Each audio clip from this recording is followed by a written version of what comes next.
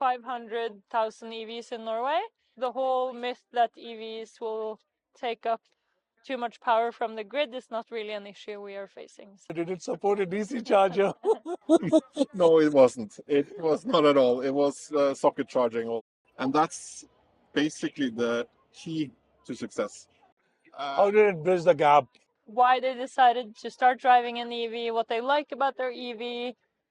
If next time they are buying a car, would they go back to a petrol or diesel car?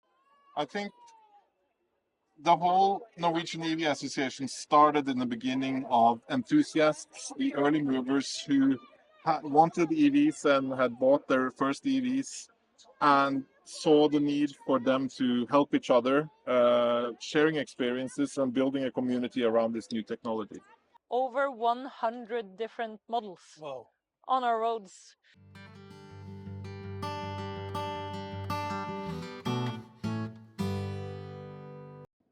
Hello friends, I'm Ashish from Plug-in India. We have friends from Norway, Marcus and Helena. Hello both of you. Hello. Hi. So you've been have a fantastic EV journey since, I think, if I'm not wrong, 1990s, early 1990s. So walk us through the journey so far. Okay, let's try to make it as short as possible. But it started in the early 90s when two Norwegian companies tried to make electric vehicles they wanted to introduce to the market. They were called Think and Buddy. There were two kind of small, strange EVs. You could fit in two persons. And they didn't have that much range, but they were a Norwegian product that both the Norwegian government wanted to support to create the industry, and also they were very popular among the early movers in Norway. So there were a lot of small things and buddies driving around in Norway in the beginning. Yeah. So when you say small, like what was the range like? I think they were like 50 kilometers or something like that, and then that was on a good day. They were, of course, developing them as they Right. during some of the years, but they were mainly for use in the cities. Did it have a DC charger? Did it support a DC charger? No, it wasn't. It was not at all. It was socket charging all the It way. was socket charging. So the same 15 ampere socket we use here, Yeah. that is what you were also using back then. Yeah, I think so. So when was the main transition which started? What year would you say, the Probably around 2012, 2013, when we saw the introductions of slightly bigger vehicles with around like 30 kilowatt hours battery and up. right? So that really kickstarted the sales of EVs in Norway. Wow, interesting.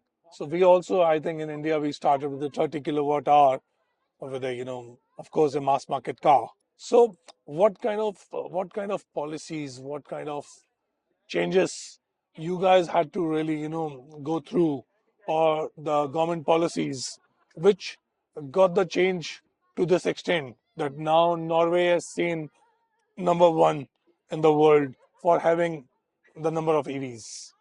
I think already back in the 90s, the government decided to remove tax for EVs to promote these industries that we talked about. And that happened, but it didn't affect very much at the time because there were so few vehicles. They also removed the need to pay for passing the toll rings for EVs at that moment. So all of those driving in a Buddy or a Think could pass the toll rings for free. And that didn't do that much to the government income because there were so few. So that was an easy policy win for the early movers in the beginning. And then, as Helena said, when these new cars came in 2013, those policies still existed. Maybe a bit sleeping, but they were there. And then suddenly Nissan came with their Nissan Leaf, which became hugely popular in Norway at the moment. And also Tesla came with his first model.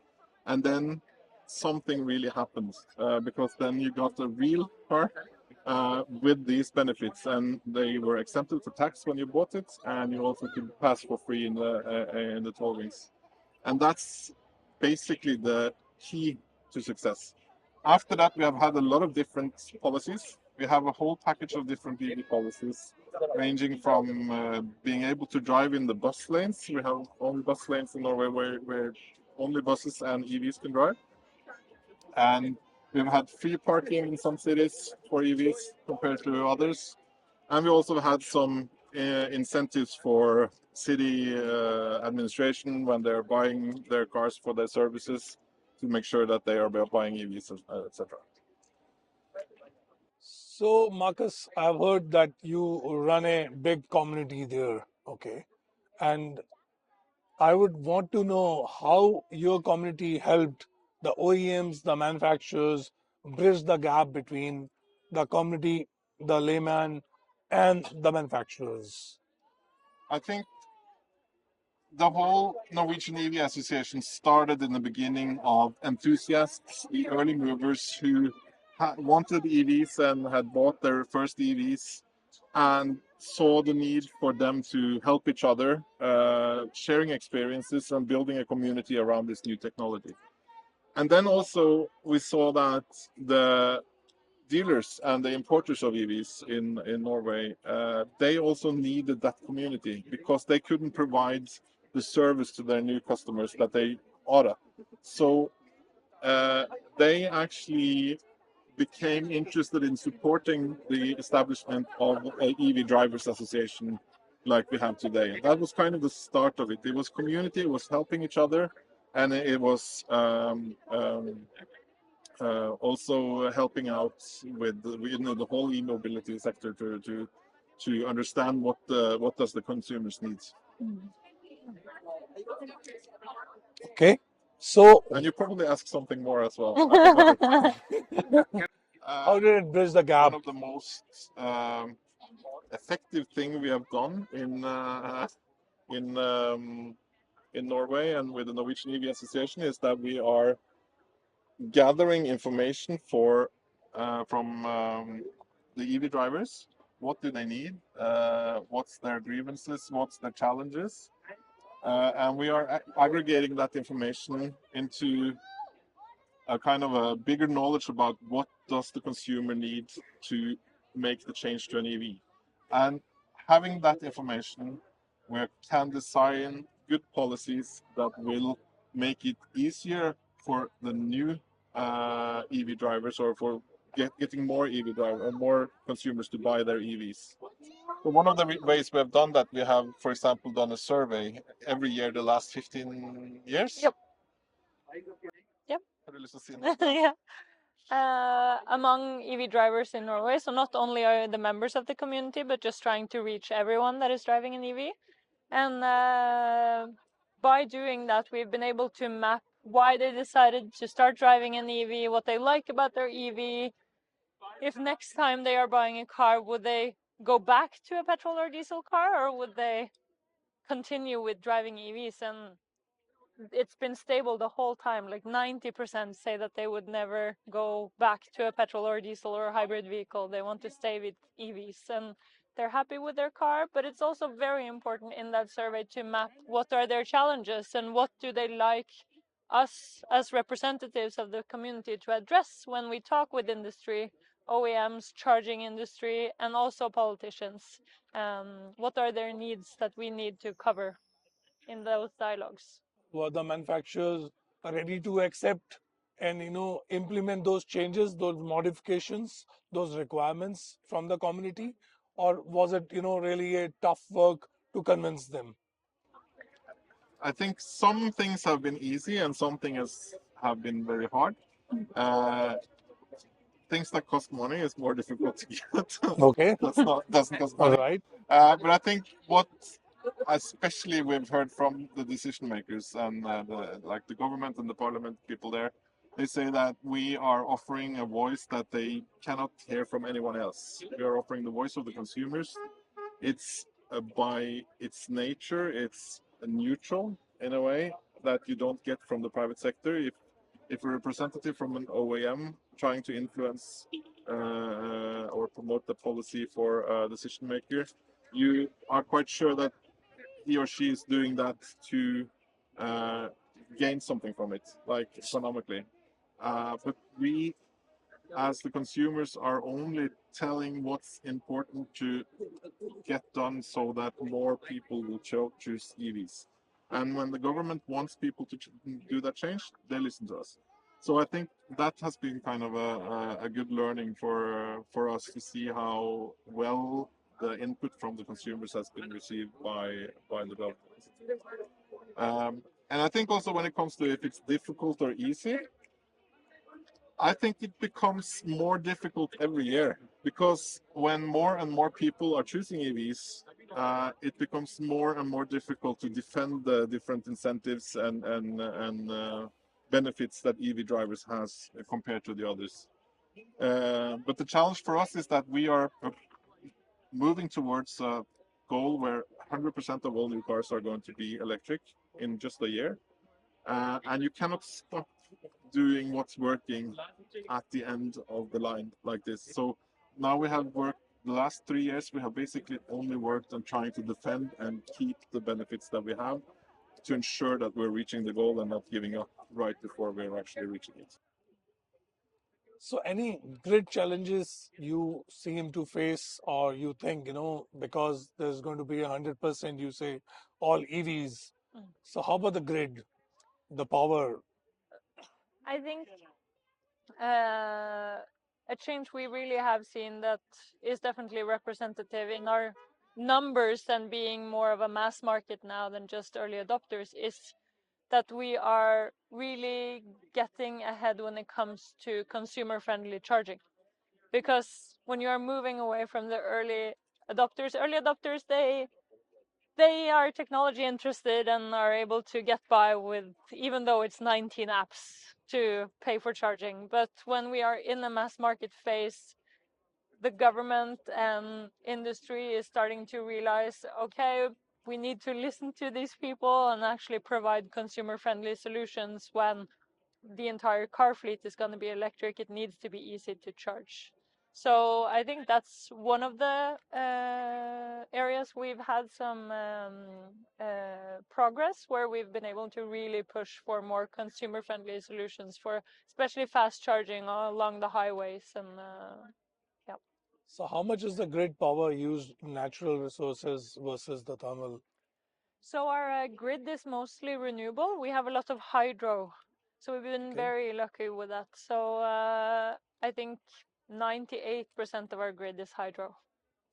And it seems like the EVs are not taking too much of that grid. Yeah, because most EV drivers, they charge during night when the car is parked, and that's not peak hour of the Right. grid. And so I think now we have the last numbers we had, I would say we had 500,000 EVs in Norway, and they were only using, I think, 0.8% of total grid capacity in a whole year, something like that.